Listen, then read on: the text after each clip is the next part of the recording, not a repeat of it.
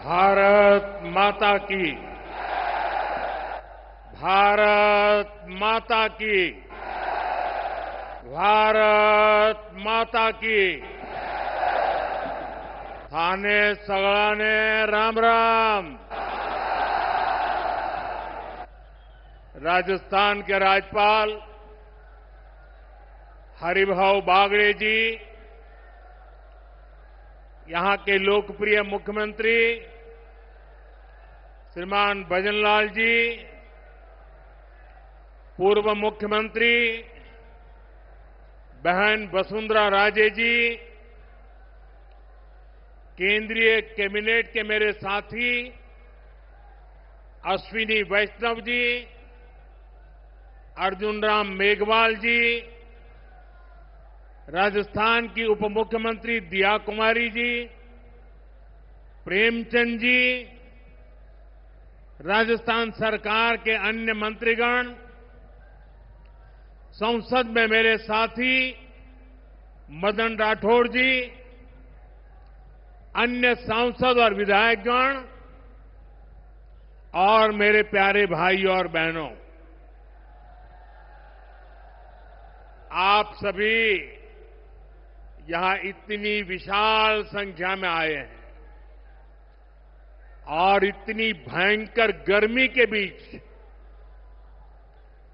और आज इस कार्यक्रम से देश के 18 राज्य और केंद्र शासित प्रदेशों से भी लाखों लोग ऑनलाइन आज यहां हमारे साथ जुड़े हैं। अनेक राज्यों के राज्यपाल, मुख्यमंत्री, लेफ्टिनेंट गवर्नर, अन्य जनप्रतिनिधि आज हमारे साथ हैं। मैं देश भर से जुड़े सभी महानुभावों का, जनता जनार्दन का अभिनंदन करता हूं। भाइयों और बहनों, मैं यहां पर करणी माता का आशीर्वाद लेकर आपके बीच आया हूं। करणी माता के आशीर्वाद से विकसित भारत बनाने का हमारा संकल्प और मजबूत हो रहा है। थोड़ी देर पहले विकास से जुड़ी 26,000 करोड़ रुपए की परियोजनाओं का यहां शिलान्यास और लोकार्पण हुआ है। मैं इन परियोजनाओं के लिए देशवासियों को, राजस्थान के मेरे भाई बहनों को बहुत बहुत बधाई देता हूं। साथियों, विकसित भारत बनाने के लिए आज देश में आधुनिक इंफ्रास्ट्रक्चर बनाने का बहुत बड़ा महायज्ञ चल रहा है। हमारे देश की सड़कें आधुनिक हो, हमारे देश के एयरपोर्ट आधुनिक हो, हमारे यहां रेल और रेलवे स्टेशन आधुनिक हो, इसके लिए पिछले 11 साल में अभूतपूर्व गति से काम किया गया है। आप कल्पना कर सकते हैं, इंफ्रास्ट्रक्चर के इन कामों पर देश पहले जितना पैसा खर्च करता था, आज उससे 6 गुना ज्यादा पैसा खर्च कर रहा है। 6 गुना ज्यादा। आज भारत में हो रहे इन विकास कार्यों को देखकर दुनिया भी हैरान है। आप उत्तर में जाएंगे तो चिनाब ब्रिज जैसा निर्माण देखकर लोग हैरान है। पूर्व की तरफ जाएंगे तो अरुणाचल की सेला टनल, असम का बोगीबिल ब्रिज आपका स्वागत करते हैं। पश्चिम भारत में आएंगे तो मुंबई में समंदर पर बना अटल सेतु नजर आएगा। सुदूर दक्षिण में देखेंगे तो पंबन ब्रिज मिलेगा, जो अपनी तरह का देश का पहला ब्रिज है। साथियों, आज भारत अपनी ट्रेनों के नेटवर्क को भी आधुनिक कर रहा है।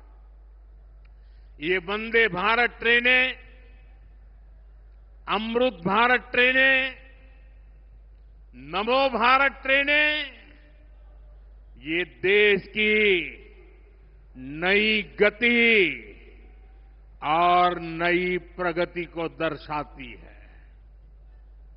अभी देश में करीब 70 रूट पर वंदे भारत ट्रेनें चल रही है। इससे दूर सुदूर के इलाकों में भी आधुनिक रेल पहुंची है। बीते 11 साल में सैकड़ों रोड ओवरब्रिज और रोड अंडरब्रिज का निर्माण किया गया है। 34,000 किलोमीटर से ज्यादा के नए रेल ट्रैक बिछाए गए हैं। अब ब्रॉडगेज लाइनों पर मानव रहित क्रॉसिंग, वो बात इतिहास बन चुकी है, खत्म हो चुकी है। हम मालगाड़ियों के लिए अलग से स्पेशल पटरियां, डेडिकेटेड फ्रेट कॉरिडोर का काम भी तेजी से पूरा कर रहे हैं। देश के पहले बुलेट ट्रेन प्रोजेक्ट पर काम चल रहा है और इन सबके साथ ही हम एक साथ देश के करीब 1300 से अधिक रेलवे स्टेशनों को भी आधुनिक बना रहे हैं। साथियों, आधुनिक हो रहे इन रेलवे स्टेशनों को देश ने अमृत भारत स्टेशन का नाम दिया है। आज इनमें से 100 से अधिक अमृत भारत स्टेशन बनकर के तैयार हो गए हैं। सोशल मीडिया पर भी लोग देख रहे हैं कि इन रेलवे स्टेशनों का पहले क्या हाल था और अब कैसे इनकी तस्वीर बदल गई है। साथियों, विकास भी, विरासत भी, इस मंत्र का इन अमृत भारत रेलवे स्टेशनों पर उसका नजारा साफ साफ दिखाई देता है। ये स्थानीय कला और संस्कृति के भी नए प्रतीक है। जैसे राजस्थान के मांडलगढ़ रेलवे स्टेशन पर महान राजस्थानी कला संस्कृति के दर्शन होंगी। बिहार के थावे स्टेशन पर मां थावे वाली के पावन मंदिर और मधुबनी चित्रकला को दर्शाया गया है।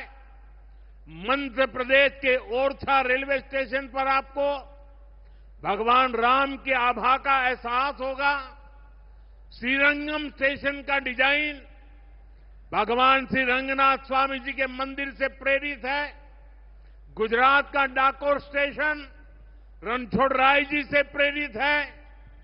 तिरुवन्नामलई स्टेशन द्राविड़ वास्तुकला के अनुसार डिजाइन किया गया है। बेगमपट स्टेशन पर आपको काकतीय साम्राज्य के समय का आर्किटेक्चर देखने को मिलेगा। यानी हर अमृत स्टेशन पर आपको भारत की हजारों साल पुरानी विरासत के दर्शन भी होंगे। ये स्टेशन हर राज्य में टूरिज्म को भी बढ़ावा देने के माध्यम बनेंगे, नौजवानों को रोजगार के नए मौके देंगे और मैं उन शहर के नागरिकों को, रेलवे में यात्रा करने वाले पैसेंजर से प्रार्थना करूंगा, ये सारी संपत्ति के मालिक आप हैं।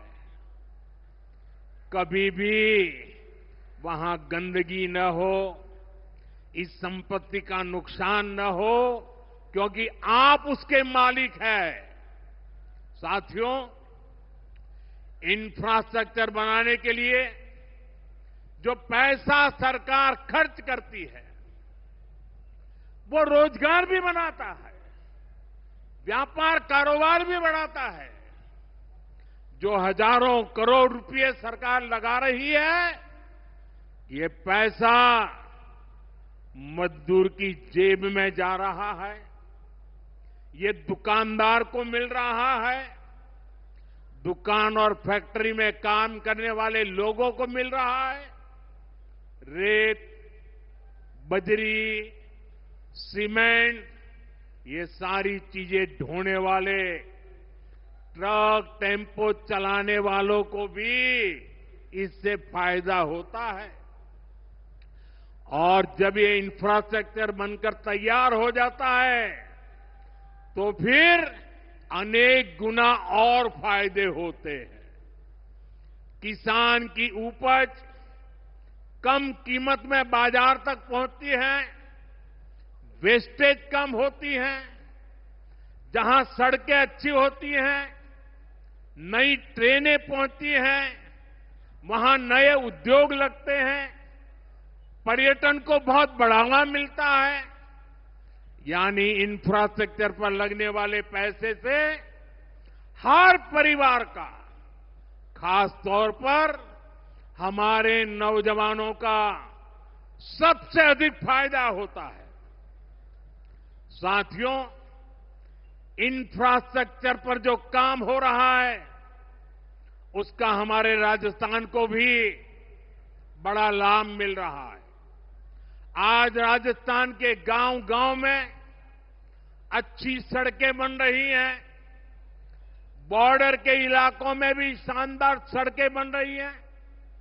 इसके लिए बीते 11 साल में अकेले राजस्थान में करीब 70,000 करोड़ रुपए खर्च किए गए हैं। राजस्थान में रेलवे के विकास के लिए भी केंद्र सरकार इस साल करीब 10,000 करोड़ रुपए खर्च करने जा रही है। ये 2014 से पहले की तुलना में 15 गुना अधिक है।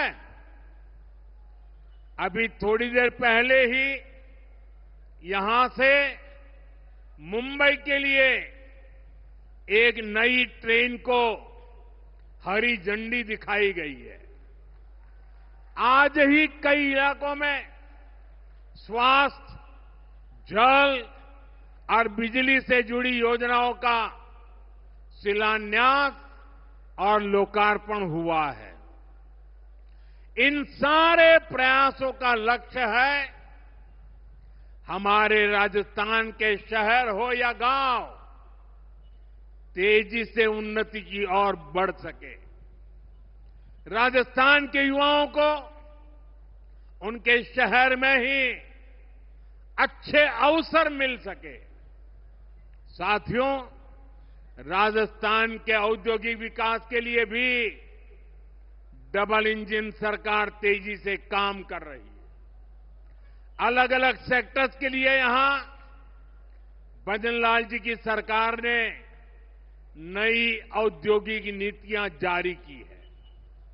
बीकानेर को भी इन नई नीतियों का लाभ मिलेगा। और आप तो जानते हैं, जब बीकानेर की बात आती है तो बीकानेरी भुजिया का स्वाद,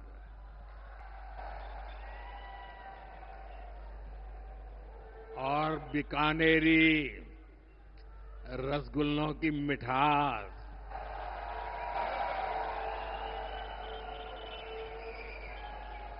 विश्व भर में अपनी पहचान बनाएगी भी और बढ़ाएगी भी। राजस्थान की रिफाइनरी का काम भी अंतिम चरण में है।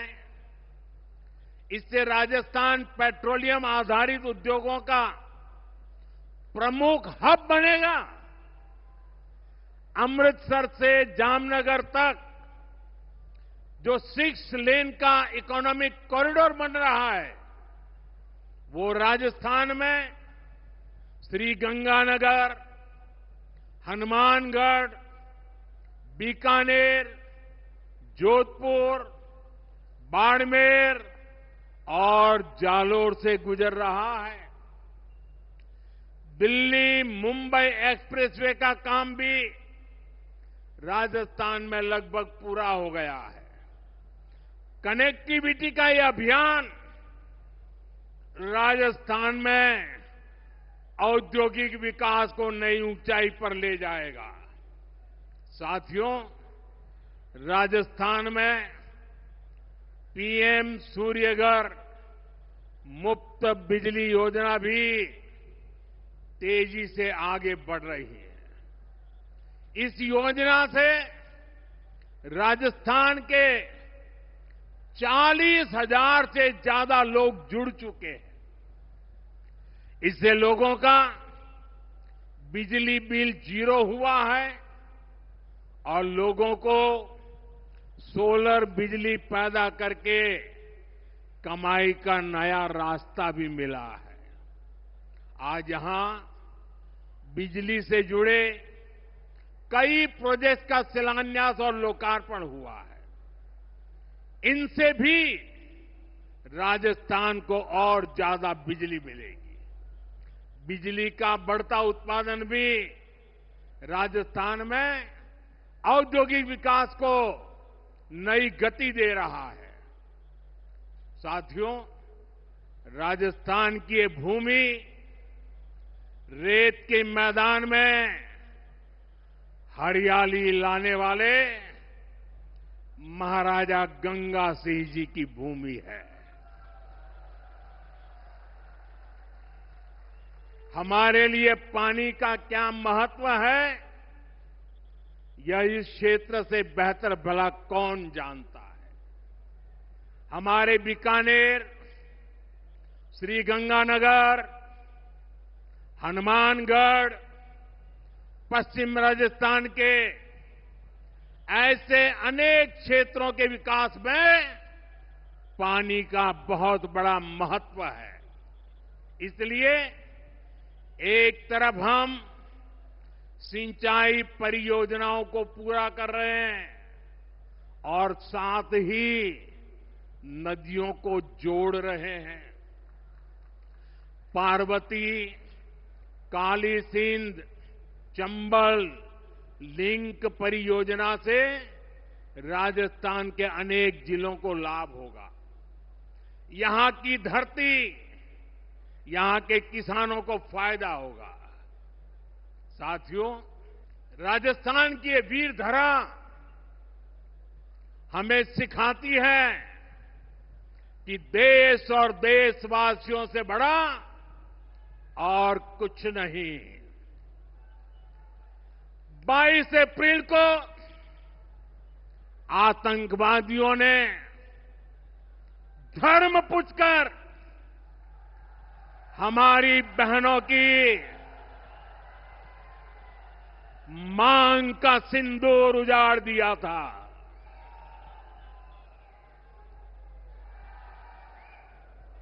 वो गोलियां पहलगाम में चली थी, लेकिन उन गोलियों से 140 करोड़ देशवासियों का सीना छलनी हुआ था।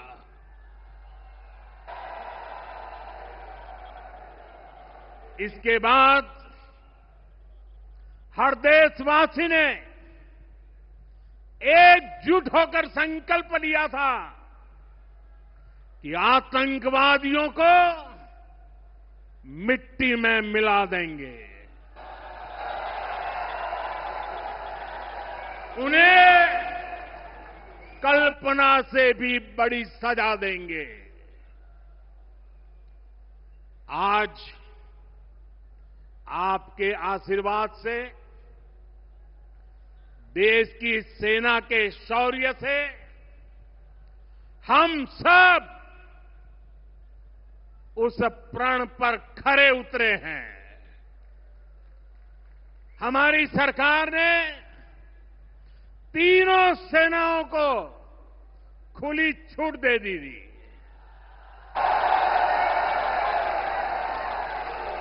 और तीनों सेनाओं ने मिलकर ऐसा चक्रव्यूह रचा कि पाकिस्तान को घुटने टेकने के लिए मजबूर कर दिया।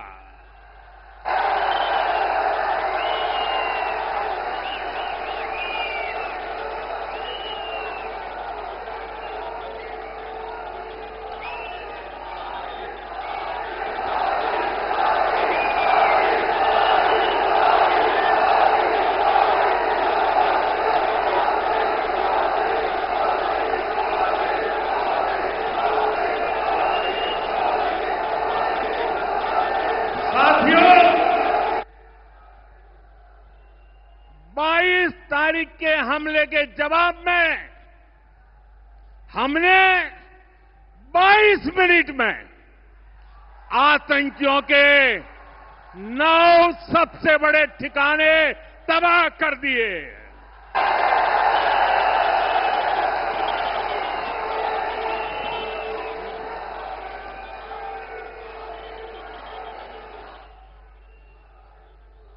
दुनिया ने और देश के दुश्मनों ने भी देख लिया कि जब सिंदूर बारूद बन जाता है तो नतीजा क्या होता है।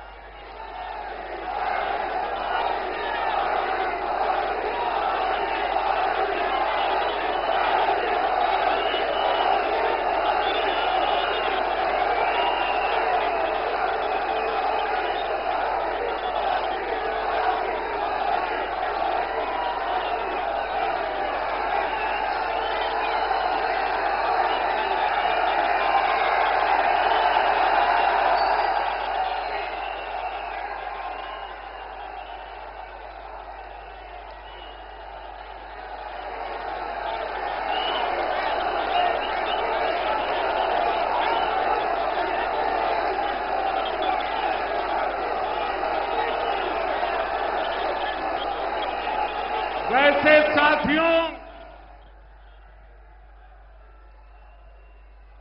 ये संयोग ही है। 5 साल पहले जब बालाकोट में देश ने एयर स्ट्राइक की थी, उसके बाद मेरी पहली जनसभा राजस्थान में ही सीमा पर हुई थी।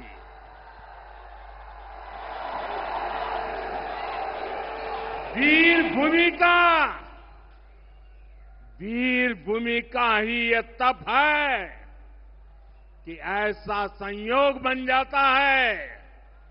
अब इस बार जब ऑपरेशन सिंदूर हुआ तो उसके बाद मेरी पहली जनसभा फिर यहां वीरभूमि राजस्थान की सीमा पर बीकानेर में आप सभी के बीच हो रही है।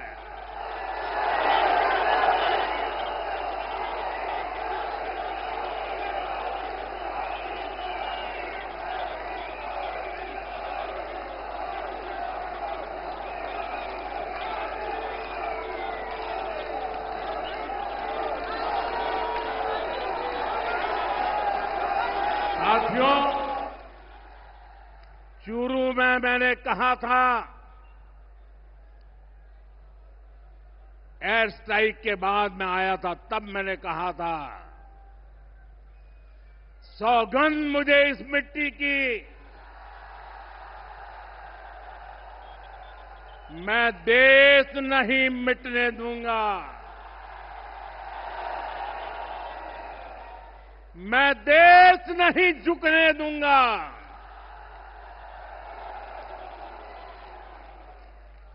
आज मैं राजस्थान की धरती से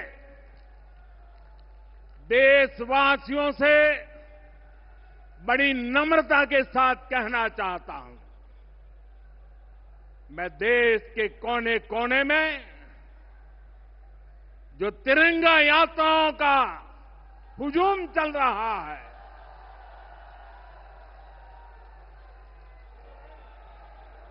मैं देशवासियों से कहता हूं,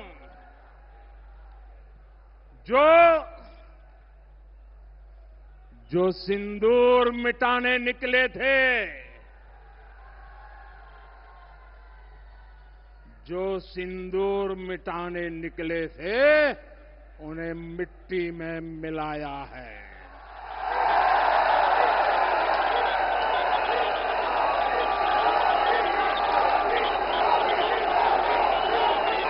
जो हिंदुस्तान का लहू बहाते थे, जो हिंदुस्तान का लहू बहाते थे, आज कतरे कतरे का हिसाब चुकाया है।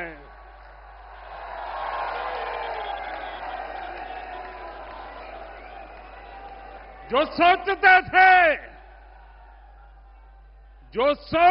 थे भारत चुप रहेगा, आज वो घरों में डूब डूब के पड़े हैं।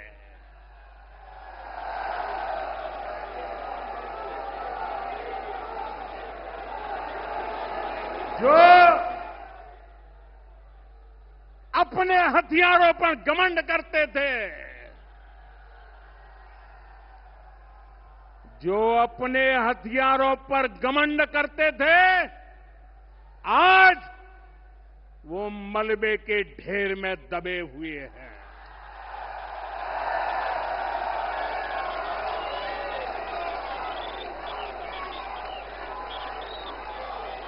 मेरे प्यारे देशवासियों, ये शोध प्रतिशोध का खेल नहीं, ये शोध प्रतिशोध का खेल नहीं, ये न्याय का नया स्वरूप है।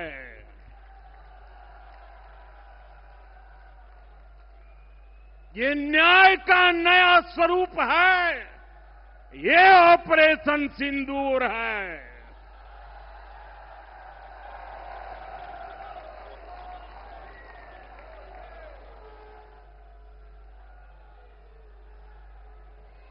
ये सिर्फ आक्रोश नहीं है, ये सिर्फ आक्रोश नहीं है, ये समर्थ भारत का रौद्र रूप है।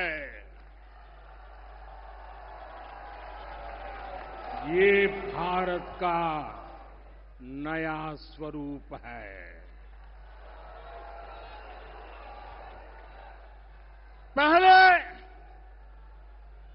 पहले घर में घुसकर किया था वार, पहले घर में घुसकर किया था वार, अब सीधा सीने पर किया प्रहार है।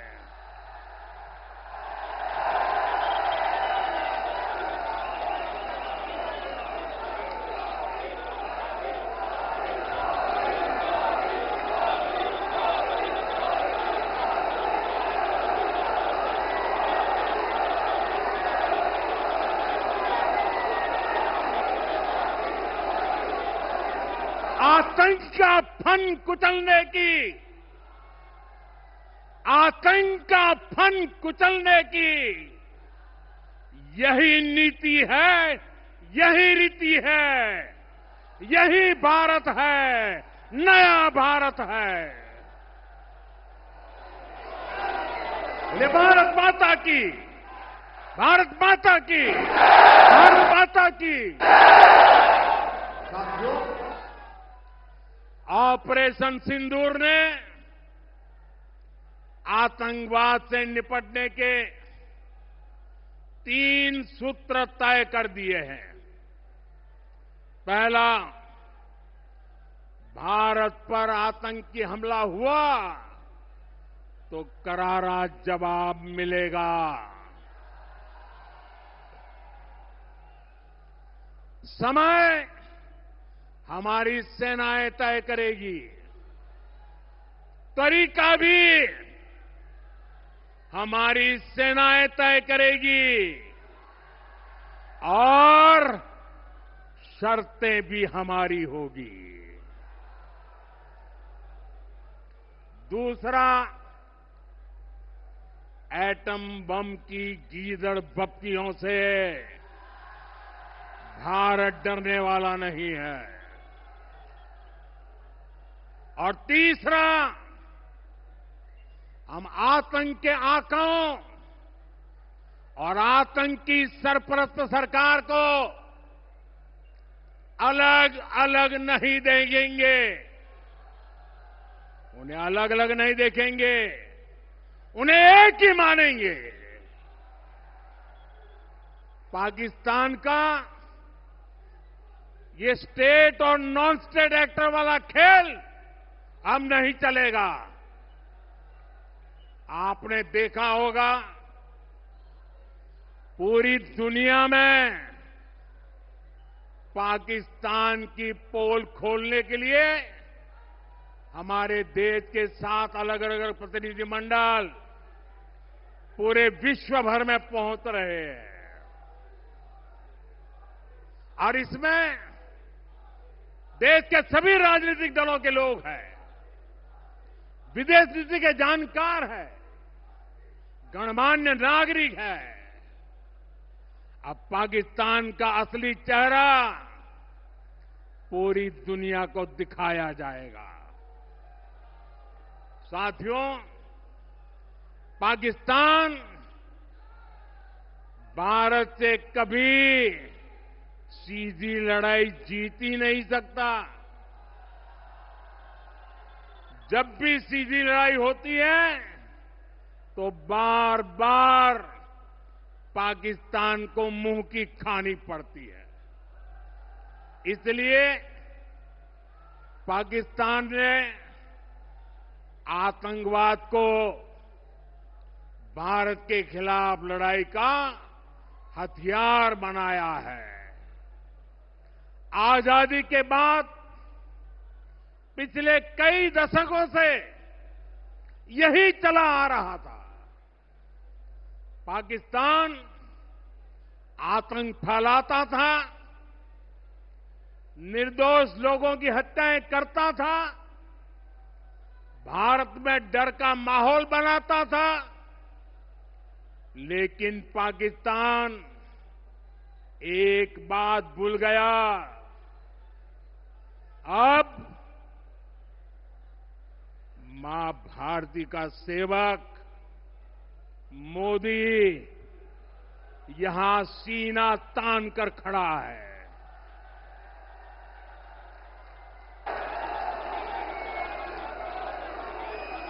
मोदी का दिमाग ठंडा है, ठंडा रहता है, लेकिन मोदी का लहू गर्म होता है।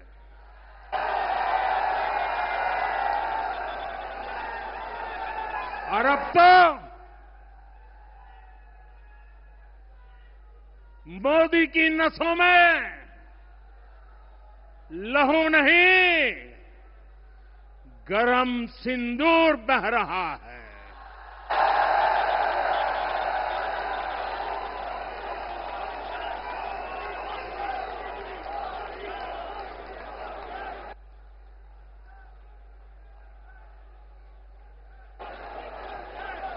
अब भारत ने 2 टूक साफ कर दिया है। हर आतंकी हमले की पाकिस्तान को भारी कीमत चुकानी पड़ेगी और ये कीमत पाकिस्तान की सेना चुकाएगी, पाकिस्तान की अर्थव्यवस्था चुकाएगी। साथियों, जब मैं दिल्ली से यहां आया तो बीकानेर के नाल एयरपोर्ट पर उतरा। पाकिस्तान ने इस एयरबेस को भी निशाना बनाने की कोशिश की थी, लेकिन वो इस एयरबेस को रत्ती भर भी नुकसान नहीं पहुंचा पाया। और वहीं यहां से कुछ ही दूर सीमा पार पाकिस्तान का रहीम यार खान एयरबेस है। पता नहीं आगे कब खुलेगा। आईसीयू में पड़ा है। भारत की सेना के अचूक प्रहार ने इस एयरबेस को तहस नहस कर दिया है। साथियों, पाकिस्तान के साथ न ट्रेड होगा न टॉक। अगर बात होगी तो सिर्फ पाकिस्तान के कब्जे वाले कश्मीर की, पीओके की। और अगर पाकिस्तान ने आतंकियों को एक्सपोर्ट करना जारी रखा तो उसको पाई पाई के लिए मोहताज होना होगा। पाकिस्तान को भारत के हक का पानी नहीं मिलेगा। भारतीयों के खून से खेलना पाकिस्तान को महंगा पड़ेगा। ये भारत का संकल्प है और दुनिया की कोई ताकत हमें इस संकल्प से डिगा नहीं सकती है।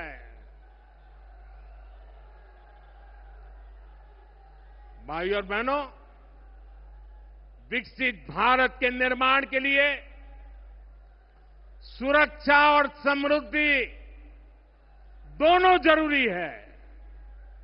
ये तभी संभव है जब भारत का कोना कोना मजबूत होगा। आज का ये कार्यक्रम भारत के संतुलित विकास का, भारत के तेज विकास का उत्तम उदाहरण है। मैं एक बार फिर इस वीर धरा से सभी देशवासियों को बधाई देता हूं। मेरे साथ बोलिए, दोनों मुट्ठी बंद करके पूरी ताकत से बोलिए, भारत माता की, भारत माता की, वंदे वंदे वंदे वंदे वंदे वंदे वंदे वंदे